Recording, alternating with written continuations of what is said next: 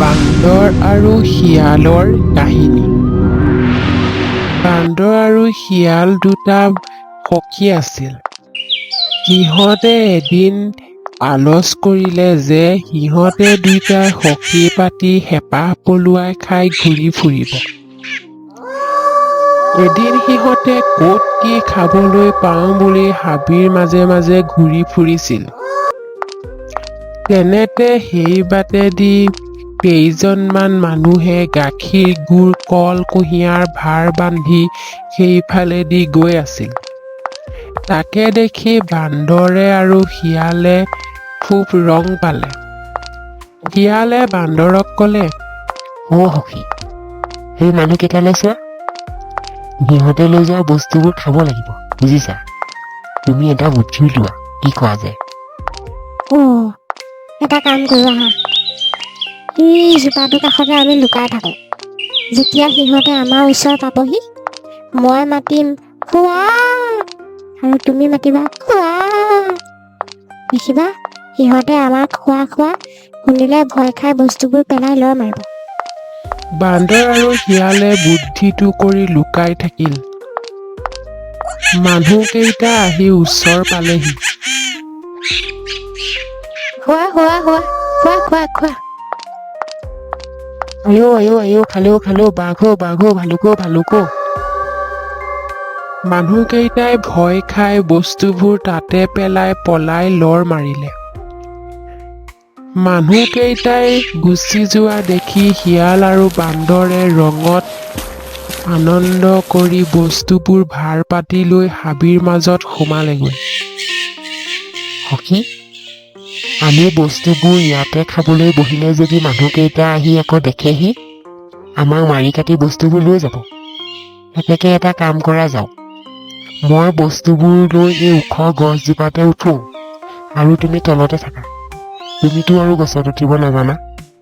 মই ওপৰৰ পৰা বস্তুবোৰ দি যাম, তুমি খাই যাবা, হ'বনে? শিয়ালে মান্তি হৈ বস্তু আৰু বান্দৰে গছত উঠিলত শিয়ালে তলৰ পৰা বস্তুবোৰ উঠাই চব দিলে। বান্দৰে সকলোখিনি বস্তু ঠান-ঠিত লগাই মহা আনন্দৰে হেপাহ পলুৱাই খাবলৈ লাগিল। শিয়ালে তলৰ পৰা মাত লগালে, সখী, মোৰ ভাতটো ক'ত? সখী, কল খাই বাকলিটো পেলাই দিছো, ধৰা। কল খাই বাকলিটো তললৈ পেলাই দি বান্দৰে ক'লে, সখী, চাবা, সেইটি কল গৈছে, ধৰিবা। গাখীৰ খাই চুঙা আৰু টেকেলিটো তললৈ পেলাই দি আকৌ বান্দৰে ক'লে, সখী, তোমাৰ ভাগৰ গাখীৰ গৈছে, ধৰিবা। এইদৰে বান্দৰে শিয়ালক ফাঁকি দি সকলোবোৰ বস্তু আনন্দৰে খাই পেলালে। শিয়ালে খঙতে গছৰ গুৰিটোকে কামুৰিবলৈ ধৰিলে আৰু মাটিবোৰ আচুৰি পিচুৰি মনৰ দুখে তাৰ পৰা গুচি আহিল।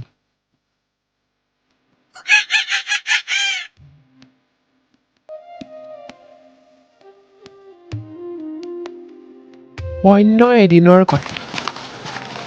এদিন বান্দৰে শিয়ালক এবাৰ টেকেলীয়া কন্দুৰ ওচৰত বহি থকা দেখি ওচৰ চাপি সুধিলে, সখী, কি কৈছা? সখী, কিনো কৰিম হে? ৰজাই মোক দবা ৰখীয়া পাতিছে। সেই দেখি ৰজাৰ এই দবাটোকে ৰখি বহি আছো। সখী, চাপ বজাই যাওঁ দিয়াচোন। নোৱাৰো দিব সখী। ৰজাই শুনিলে মোক কাটি দুচৰ কৰিব। তুমি শুনা নাইনে? যাওঁতে গুৰ আছে। নহয় সখী, লাহেকৈ এচাপ বজাম দিয়া। ৰজাই নুশুনেও, মোৰ বৰ মন গৈছে। বাৰু সখী, তোমাৰ কথানো পেলাও কেনেকৈ? লাহেকৈ বজাবা, এচাপহে দিবা আকৌ। বান্দৰে কন্দুজাকৰ ওচৰ চাপিল। শিয়ালে তাৰ পৰা সাউতকৈ পলাই আঁতৰ হ'ল। বান্দৰে লাহেকৈ কন্দুৰ বাঁহত এচাপৰ মাৰিলত গোটেইবোৰ টেকেলীয়া কন্দুৱে তাৰ হাতে ভৰিয়ে গায়ে মুখে উবুৰি খাই পৰি কামুৰিবলৈ ধৰিলে। আৰু বান্দৰৰ মুখ খহি এদুল হ'ল। বান্দৰে তত নেপাই বাগৰি জুগৰি চিঞৰি বাখৰি শিয়াল সখীয়েকক মাতিলে। সখী সখী সখী সখী আহা মই মৰিলো ফলটো খাই যে মোলৈ বাকলিটো পেলাই দিছিলা, সেইকাৰণে তাৰ উপকাৰ কৰিলো।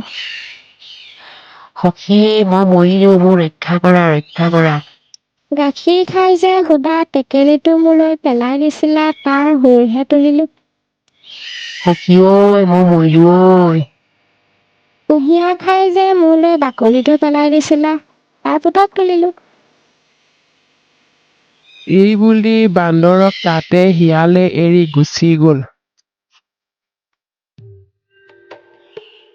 ইয়াৰ বহুদিনৰ পিছত এদিন বান্দৰে দেখিলে শিয়ালে এডৰা বেজ কচু ৰখি আছে। বান্দৰে তেতিয়া কুন্দুৰৰ কথা একেবাৰেই পাহৰি গৈছিল। সি ওচৰ চাপি আহি শিয়ালক সুধিলে। সখী কি কৈছা হে সেইডৰা কিনো শিয়ালে হাঁহি মুখেৰে বান্দৰৰ ফালে চাই মাত লগালে, ৰহ আজি এইডৰা ৰজাৰ কুঁহিয়াৰ। মোক ৰজাৰ ঘৰৰ পৰা ৰখীয়া পাতিছে, সেই দেখি ৰখি আছো। কিনো কৰিম হে, ৰজাৰ হুকুম। কুঁহিয়াৰ নাম শুনিয়ে বান্দৰৰ মুখত পানী ওলাল। সখী মোক সৰু চাই এডাল দিবানে খাবলৈ তুমি কি কথা কোৱা হে? ৰজাৰ কুঁহিয়াৰ মই তোমাক কেনেকৈ খাবলৈ দিম? ৰজাই শুনিলে মুখটো মাৰিবই, পেটৰ পোৱালীকেইটাকো চিৰি ফালি এদায় কৰিব। লোভীয়া বান্দৰে আকৌ ক'লে। নহয় সখী মোৰ বৰ মন গৈছে এডাল মনে মনে খাবলৈ দিয়া ৰজাই গম নেপায় বাৰু খাব খুজিছা খোৱা, মোৰ যি হয় হ'ব আৰু, কিন্তু এডালহে খাবা আকৌ, বেছি নহয়। শিয়ালৰ অনুমতি পোৱা মাত্ৰকে খকুৱা বান্দৰে ডাঙৰ কচু এডাল আনি লৰালৰিকৈ চোবাবলৈ ধৰিলে। বেজ কচুৱে তাৰ মুখখন খজুৱাই তত এৰুৱাই ছাটি ফুটি কৰি সি জঁপিয়াবলৈ আৰম্ভ কৰিলে। সখী মোৰ ৰক্ষা কৰা মই মৰিলো সখী মোৰ ৰক্ষা কৰা মই মৰিলো কল খাই যে বাকলিটো মোলৈ পেলাই দিছিলা, তাৰ উপকাৰহে কৰিলো। সখী মোৰ ৰক্ষা কৰা মই মৰিলো গাখীৰ খাই যে টেকেলিটো পেলাই দিছিলা, তাৰ উপকাৰহে কৰিলো। সখী আহা মই মৰিলো মোৰ ৰক্ষা কৰা কুঁহিয়াৰ খাই যে মোলৈ চোবাবোৰ পেলাই দিছিলা, তাৰ পুতকে তুলিলো। সেই বুলি শিয়ালে আকৌ বান্দৰক তাতে এৰি গুচি গ'ল। এই ঘটনাৰ অনেক দিনৰ পিছত এদিন বান্দৰে ফুৰি চাকি ফুৰোতে দেখিলে যে শিয়ালটো এটা পুৰণি পাতনাদৰ ওচৰত বহি আছে। পাতনাদৰ মুখখন মকৰাৰ জালে ঢাকি থৈছিল। বান্দৰে আগৰ দুবাৰৰ কথা একেবাৰেই পাহৰি গৈ শিয়ালক লোভীয়া বান্দৰে আকৌ সুধিলে। সখী আকৌনো কি কৈছা সখী কিনো কবা, ৰজাৰ ঘৰৰ এটা বিষয় মোৰ গাৰ সদায়ে লাগি থাকে নহয়। ৰজাৰ এইখন কুঁৱৰীৰ যৌতুকত পোৱা দোলা মোক ৰখীয়া পাতিছে, ৰখি আছো। ৰজাৰ দোলাত উঠিবৰে বৰ সুখ নহয়নে সখী কেনেকুৱা মই এবাৰ উঠি চাওঁ দিয়াচোন নোৱাৰো দিব দেও হে, ৰজা কেনেবাকৈ দোলাত কোনোবা উঠাৰ চিন পালে মোক মাৰি পেলাব। কি চিন পাবহে, লাহেকৈ উঠিম আৰু নামি যাম, এবাৰ উঠি চাবলৈ দিয়া।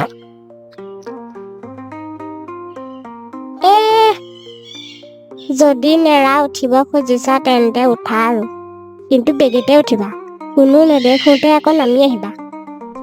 লোভীয়া বান্দৰে শিয়ালৰ অনুমতি পাই তৎক্ষণাত জাপ মাৰি দি তাত পৰিলে। মকৱাৰ জাল ভাগি বান্দৰ নাদত পৰি মৰি থাকিল।